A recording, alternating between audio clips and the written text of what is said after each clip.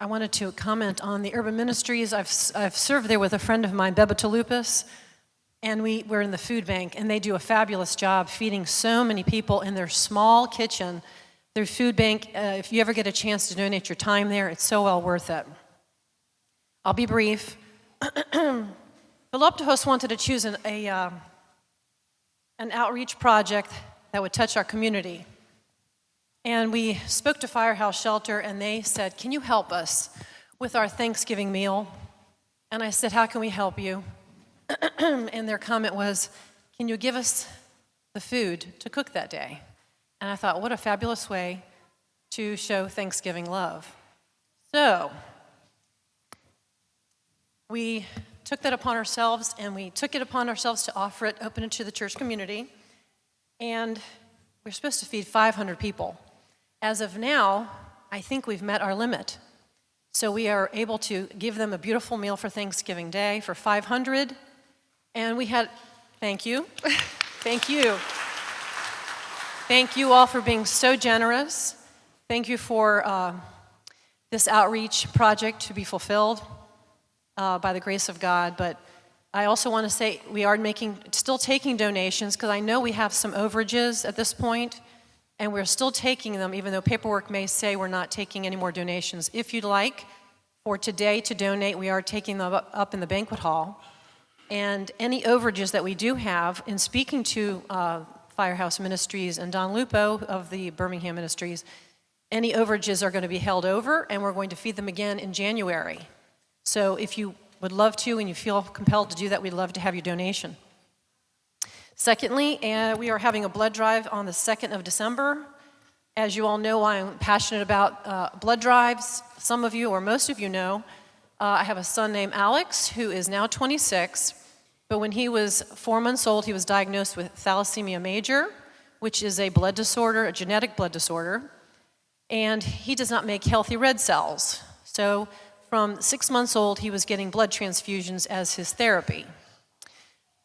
They were infrequent. When I say infrequent, they were spaced apart as 5 to 6 weeks we were getting blood, and then it now has become every 3 weeks, and we receive 4 to 5 units every 3 weeks.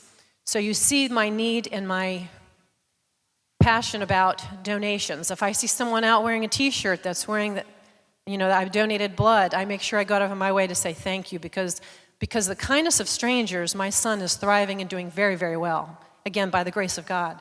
But I make sure to thank those people. I'm just going to give you a few statistics real quick just to make this memorable. I always mention that UAB receives most of our blood, and they do, but don't forget Children's Hospital is a huge recipient also. We were patients there for 24 years.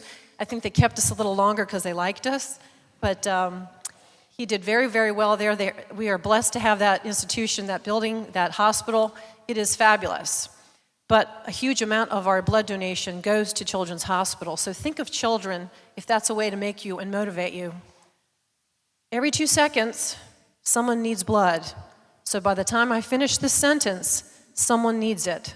Consider my whole speech today, how many people are getting blood.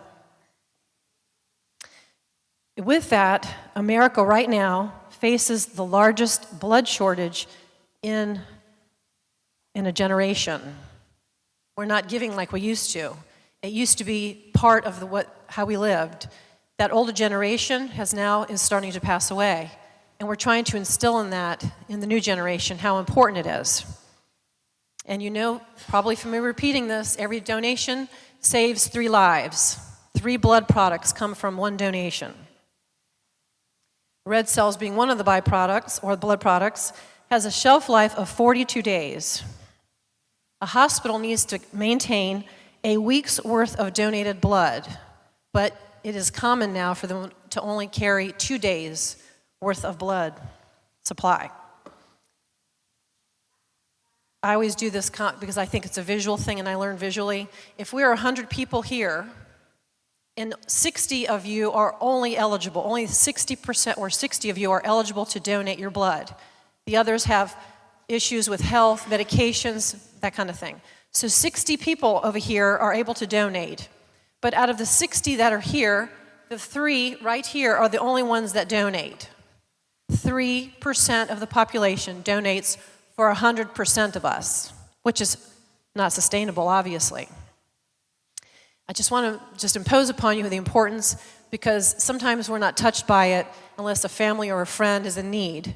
Then you realize, my goodness, this is so important, because I've said it before, we can't make it in a lab. We can't buy it overseas. We can't go online.